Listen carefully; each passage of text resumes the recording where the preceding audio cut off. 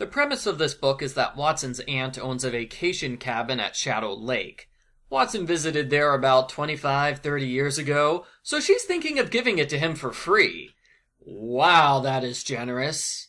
I have no idea why his aunt and uncle bought the cabin in the first place, since there's only 2 of them and the cabin is designed to house 28 people. It's lucky they bought such an unnecessarily large cabin, though, because it means everyone gets to bring their friends there. Except Charlie. He doesn't have any friends. Poor Charlie.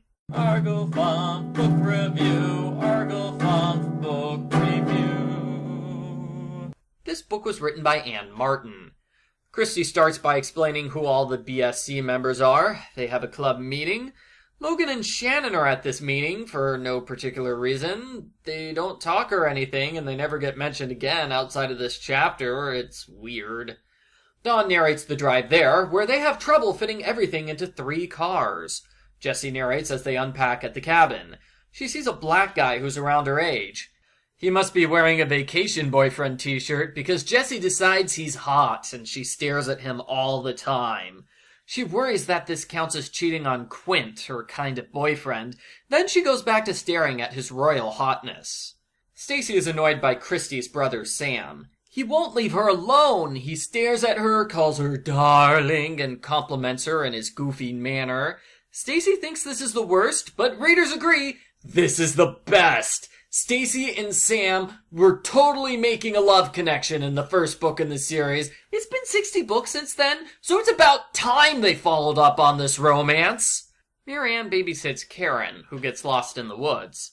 Instead of throwing a party like I would, Marianne decides to go looking for her. Meanwhile, Dawn decides Shadow Lake is a weird name, so there must be a mystery here somewhere. Like maybe there's a monster living in the lake. Dawn vows to find the monster and solve the mystery.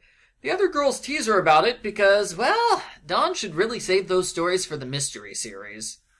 The girls also make fun of Mallory. Poor Mallory gets eaten alive by bugs and mosquitoes. She is forced to coat herself with smelly bug spray, and she makes a ridiculous-looking beekeeper's mask to protect her head. Basically, the entire book is Mallory being a huge dork and embarrassing herself. So, no different from usual. Karen is one of this book's narrators. Hooray! Karen and her friends explore the woods, where they find an old shed. They decide to clean it up and play Secret Garden. Kristy finds an old speedboat, and she takes boating lessons. Off-screen. She decides to enter the boat in a local boat show. The girls go to a restaurant for dinner, where they have fun pretending to be adults. They fight over their outfits for 2 pages, because that's what adults do? Oh no, it's because Mallory looks hideous. Gotcha. The restaurant has a flyer saying there will be a dance on the last day of the vacation. This is what, the 4th super special that ends with a dance? Ugh. Jessi talks with Hot Guy, whose name is Daniel. He asks her to give him dance lessons because she's great at ballet. Jessi figures he's flirting with her, but she doesn't mind. They have fun dancing and talking, even though she openly admits they have nothing in common. Jessi decides she likes flirting with him, forget Quint, and she says yes when he asks her to the dance. In Mallory's chapter, she complains about bugs, and everyone insults her outfit. "You smell," said my brother. "You're an embarrassment," added Kristy. The Babysitters Club! The best friends you'll ever have. David Michael narrates a chapter. His friends Nikki and Linny won't stop fighting with each other, which is a problem. The boys quickly put aside their differences when they get a chance to fight with the girls. The girls say the boys can't go into their shed, and the boys say they're gonna build their own shed. So they make a bet. Whoever has the best looking house at the end of vacation gets a month without chores. Claudia, dang, her first chapter is halfway through the book? Poor Claudia. She steals Kristy's storyline as she decides to decorate the boat for the boat show. She wonders how to decorate it while she babysits some kids. Sam narrates a chapter. Just like Super Special 2, I get the sense the author has no idea how teenage boys think. So Sam talks endlessly about his ideas for prank phone calls and how he can't wait to shave his whiskers. He's memorized all the different razors and aftershave and colognes, and someone's trying too hard. Sam tries to impress Stacey with shaving cream and pranks. and it's such a huge failure that Charlie, I have no friends Thomas, gives Sam some romance advice. Instead of being a weirdo around girls, you should be nice to girls. They like that much better. So Sam tells Stacey that he likes her, and she isn't sure how to respond. Marianne plays babysitter with Karen, and that's about it for her contribution to this book. 2 chapters of babysitting Karen. They probably could have left her out of this book entirely. Dawn has given up on finding the lake monster, which is fine by me because 2 more chapters of that would have been tedious. She looks for a new mystery to solve, and she learns about the Bayard family. They lived on an island in the middle of the lake over 50 years ago, then they suddenly disappeared. Why did they leave? Probably to get away from this book. Claudia decorates the speedboat like a sea monster. The girls ride in the boat while disguised as tourists for some reason. The audience loves it, and they get the Most Spirited Entry Award. Hooray! There are several chapters where the girls have a sleepover on the abandoned island. They argue if the island is haunted. Marianne wakes up at 2 a.m. and sees something white. It's probably a rock or a cloud or something boring like that, but the girls all start screaming their heads off because it's a ghost! Ah! Dawn asks the girls to help her solve the mystery, and no, just kidding.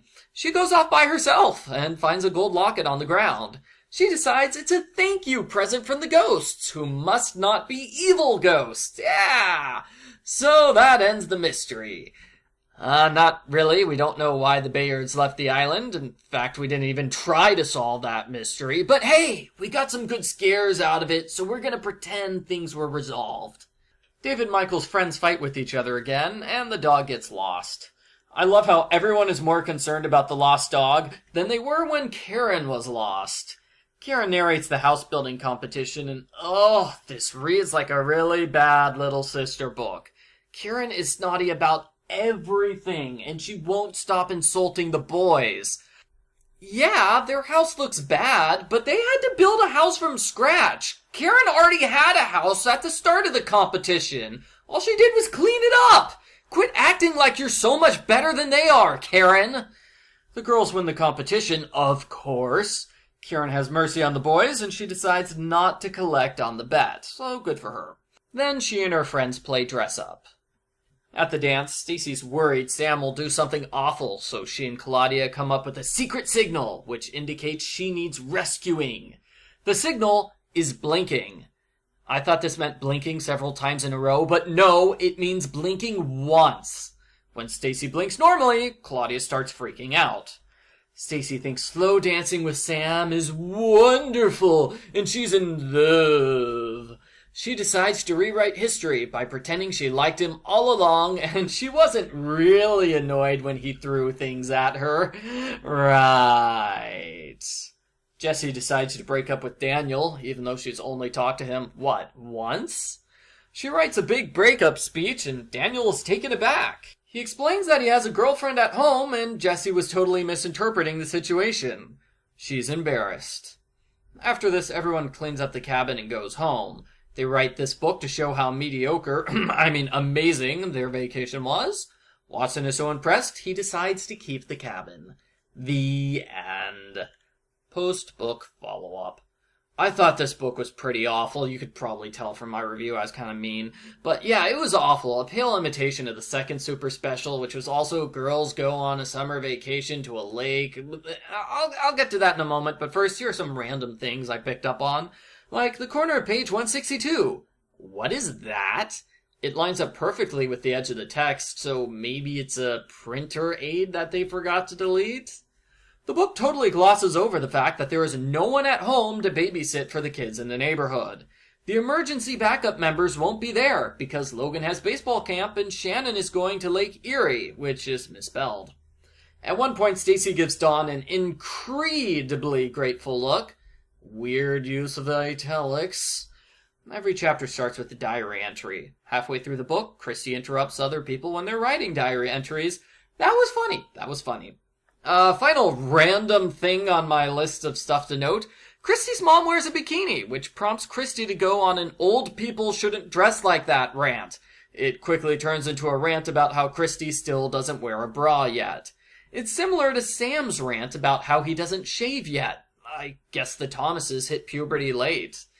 That's the sort of long tangent which appears often in this book. To me, it felt like a transparent excuse to waste pages. The majority of the book felt that way. Like there was no attempt at creating an interesting story or developing characters. It felt like they were just running towards the minimum page limit as fast as possible. A good example is the lake monster story. Dawn worries about it for 10 pages, and then she just stops and nobody cares. It gets dropped, nobody worries about it ever again. Why even bring it up? Part of the problem is that the majority of the girls don't have storylines. Kristy has 3 chapters, and the most important thing she does for the story is find a boat. That's all.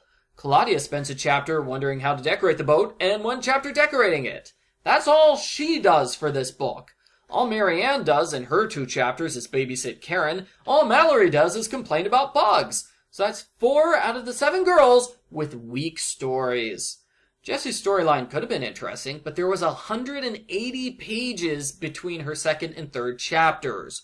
So she sees Daniel at the beginning, meets him soon afterwards, and then she completely drops out of the book until she breaks up with him at the end. It's not a compelling story arc.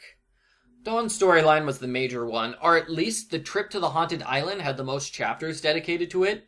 It was a good idea to have a story that, multiple girls chimed in on, but it fell a little flat because Dawn was the only one interested in the mystery. We didn't need to hear about the sleepover from Mallory's point of view. She had nothing to contribute to what was going on. The Sam-Stacey storyline was probably the best.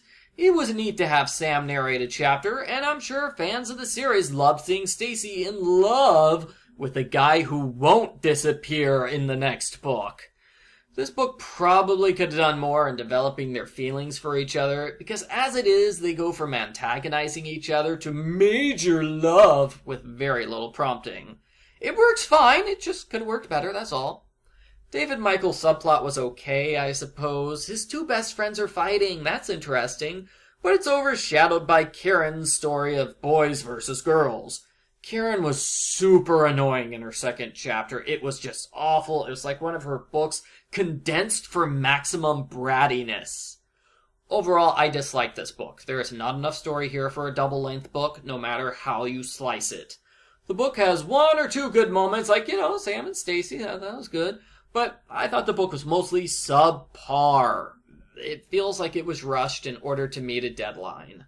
I give Babysitters Club Super Special number 8, Babysitters at Shadow Lake, a 1 out of 10.